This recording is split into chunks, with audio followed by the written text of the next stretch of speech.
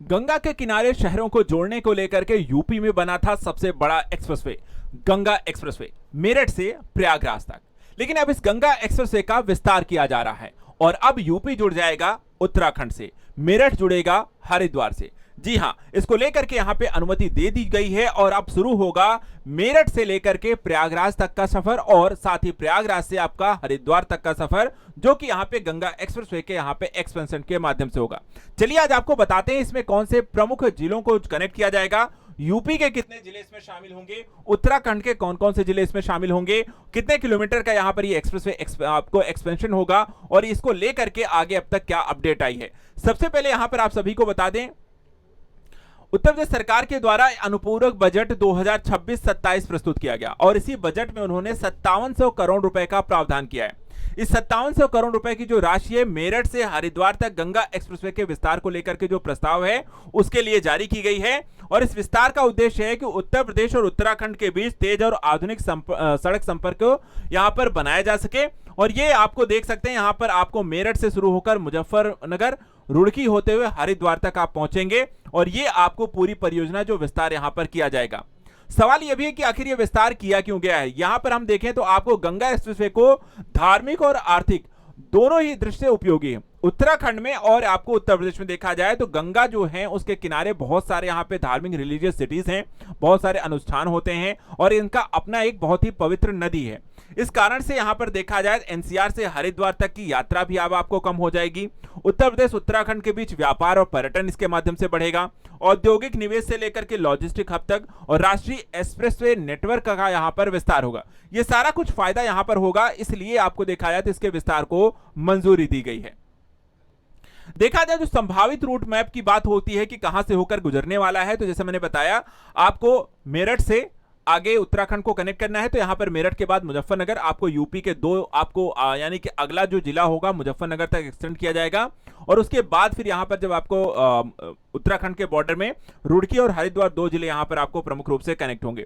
इस तरीके से आपको मेरठ से हरिद्वार के बीच आपको दो जिले शामिल होंगे और ये आपको बनकर के तैयार होगा और ये बन जाएगा आपका दिल्ली मेरठ एक्सप्रेसवे के तौर पे यहां पे गंगा एक्सप्रेस से कनेक्टिविटी। अभी हम देखें कि जो रूट अभी है गंगा एक्सप्रेसवे का वो कुछ इस तरीके का है। अभी मेरठ से प्रयागराज तक का बना हुआ है, 594 किलोमीटर इसकी लंबाई है, 6 लेन का यहां पर है, भविष्य में से 8 लेन करने की भी योजना है। प्रारंभिक जो बिंदु है मेरठ है और अंतिम बिंदु देखा जाए तो प्रयागराज है और टोटल 12 जिले यहां पर कनेक्टेड हैं। तो कौन कौन से हैं, तो मेरठ है, मेरठ के बाद यहां पे देखिए हापुड़ है, ज्योतिबा फुले नगर है, संभल है, इसके बाद आप यहां पे जहांपुर है, बदायूं है, फर्रुखाबाद है, हरदोई है, उन्नाव है, रायबरेली है, प्रतापगढ़ है और प्रयागराज आपको यहां पर कनेक्ट होता है।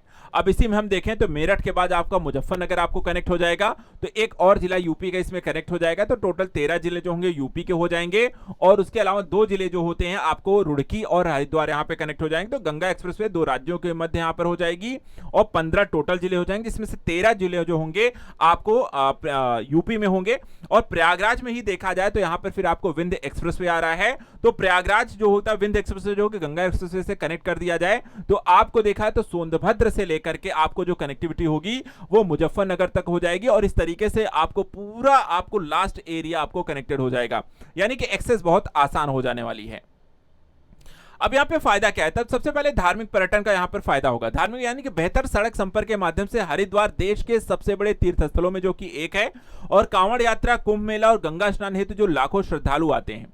दूसरी तरफ प्रयागराज, वाराणसी और हरिद्वार जैसे प्रमुख धार्मिक स्थलों के मध्य आपको सड़क संपर्क आपको तेज हो जाएगा।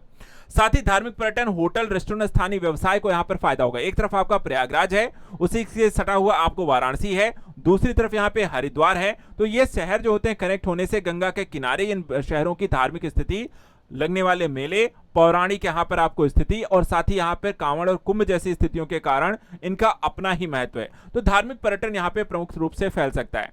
इसके अलावा देखा है तो दिल्ली एनसीआर से हरिद्वार की यात्रा सुगम हो जाएगी। सप्ताहांत एवं धार्मिक पर्यटन को बढ़ावा है, ट्रैफिक दबाव भी साथ ही कम हो जाएगा। निवेशकों के लिए देखा है तो बेहतर स्थिति है, तो एक दिल्ली एनसीआर से भी कनेक्टिविटी हो रही है। तो आपको उत्तराखंड और साथ ही साथ हम देखें हरिद्वार से कनेक्टिविटी होने के साथ अब दिल्ली से भी कनेक्ट हो, दिल्ली मेरठ एक्सप्रेसवे के माध्यम से। लॉजिस्टिक की बात करते हैं तो तेज परिवहन के माध्यम से, यानी कि माल परिवहन, आपको एक से दूसरे राज्यों में पहुंचना, एक से दूसरी सिटी में पहुंचना आसान हो जाएगा। कृषि चाहे उत्पाद हो, डेयरी उत्पाद हो, एमएसएमई उत्पाद हो, उनको जो कि खराब होने वाले उत्पाद हैं, जो कि एक जगह रहने से जल्दी खराब हो जाते हैं, उनको आप एक स्थान से दूसरे स्थान तेजी से पहुंचा सकते हैं। वेयर हाउस लॉजिस्टिक पार्क विकसित हो सकते हैं और सप्लाई चेन की यहाँ पे दक्षता भी बेहतर हो जाएगी। उत्तराखंड उत्तर प्रदेश को क्या फायदा है? देखिए, दोनों ही राज्यों के मध्य व्यापार तेजी से फैलेगा। दोनों ही राज्य जब आपस में कनेक्ट हो जाएंगे तो औद्योगिक संरचना से लेकर के कृषि व्यापार तक बढ़ावा होगा। दोनों ही के क्षेत्रों में बाजार संपर्क बेहतर हो जाएगा, उनके व्यापारियों को फायदा होगा।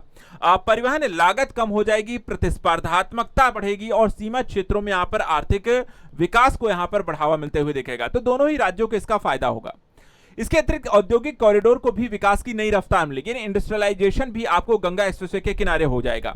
इस एक्सप्रेसवे के किनारे आपको औद्योगिक क्लस्टर्स की स्थापना करना, एमएसएमई, खाद्य प्रसंस्करण, वेयर हाउसिंग, लॉजिस्टिक हब्स बनाए जाना और निजी निवेश को आकर्षित करके नए रोजगार भी उत्पन्न किए जा सकते हैं, यानी कि आपको नए शहरों का विकास, नए इंडस्ट्रियलाइजेशन और आपको रोजगार के नए अवसर।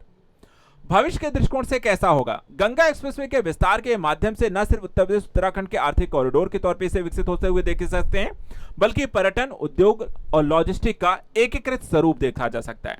एक फायदा और इसमें है, एक्सप्रेसवे आधारित नए टाउनशिप विकसित हो सकते हैं। उत्तर प्रदेश उत्तर भारत में माल और यात्री परिवहन की दक्षता को यहां पर सर्वोपरि स्थापित हो सकता है और विकसित उत्तर प्रदेश की संकल्पना को भी यहां पर बल मिलेगा।